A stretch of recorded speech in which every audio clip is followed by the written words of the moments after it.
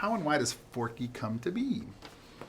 Okay, Forky came to be. Oh man, there's so many wonderful things about Forky. But I love that, Woody, because of this other, okay, so Bonnie was in school and this other kid took away her crafts, which as a parent, I was just like, oh, I was furious about that. But she was obviously, that was upsetting to Bonnie. And then Woody saw this and grabbed these elements out of the trash, pipe cleaner, spork, putty, popsicle sticks, put them in front of Bonnie, and she just started creating this Forky. And because of the value that she gave to this Forky and loved him so much, he comes to life. And I remember seeing that and remembering when I gave my daughter a toy when she was little, and she cared more about the box than she did about the toy. And it was like she started making something out of this box, and it was so special to her. And the toy was like, whatever, but it was this handmade, homemade toy that she made that was so special. So that's kind of how he came alive. And Forky has an innocence equated to like a newborn or an infant. How did you bring that to life? How did I bring that innocence? Yeah, Forky is very childlike. He's a blank slate. He freely asks so many questions, which I love. He doesn't understand the rules of the universe of Toy Story. When humans walk in and all the toys drop to the ground, he's just like, I don't know what's happening here, When somebody says Bo Peep, he's like, what's a bow? He doesn't understand that. But I think, if I'm honest, it was very easy to bring him to life because I was as overwhelmed as Forky is.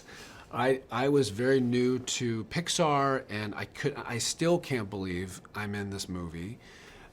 Forky kind of goes, why am I here? I'm asking the same question. I'm like, I don't even know how I got here. So it was fun. And also when we were doing it, we couldn't read the whole script because obviously they didn't want the story to get out. But so we would just kind of hand in these pieces of a scene. And so the confusion and curiosity that I as an actor had, it was easy to put that into Forky because I had no idea what was going to happen next. I had no idea where Forky was. And so it was just kind of all that curiosity. Forky also, like many of the characters in Toy Story, fit into a theme of finding their purpose. Sure. How does that resonate with you? Oh, I love it. And this is where Pixar just has their magic and Disney, where it's like they just get you laughing and then just bawling crying. But, Forky obviously thought that he was made to help somebody eat some chili and then go to the trash, and just Woody shows him that he has a bigger purpose, he has more value. And I love that power if anybody thinks, oh, I'm just going to go this direction, or somebody might tell them that they're not made for much or whatever. They're made for so much more. Everybody has such value and everybody has such purpose. And Forky learns, like, I'm made for a lot more than just what I thought I was. And I think that's just, and the other thing about Forky that's so special is because everything is so new, a toy like Gabby Gabby, everybody else sees it as like, oh, that's a creepy doll. Forky doesn't have that filter. He doesn't put on Gabby Gabby what society has put on her. He's like, oh, she seems like a nice person. I'm going to ask a question. And because he entered into her world, then we learn a whole other story that Gabby Gabby has. And it's because somebody made the choice to not put on what society had put on her, and I love that. I love that openness and childlike curiosity that Forky brings. Fans of Toy Story's franchise will obviously know the relationship between Woody and Buzz, but in this one they get to explore a brand new friendship between Woody and Forky. Talk about that relationship.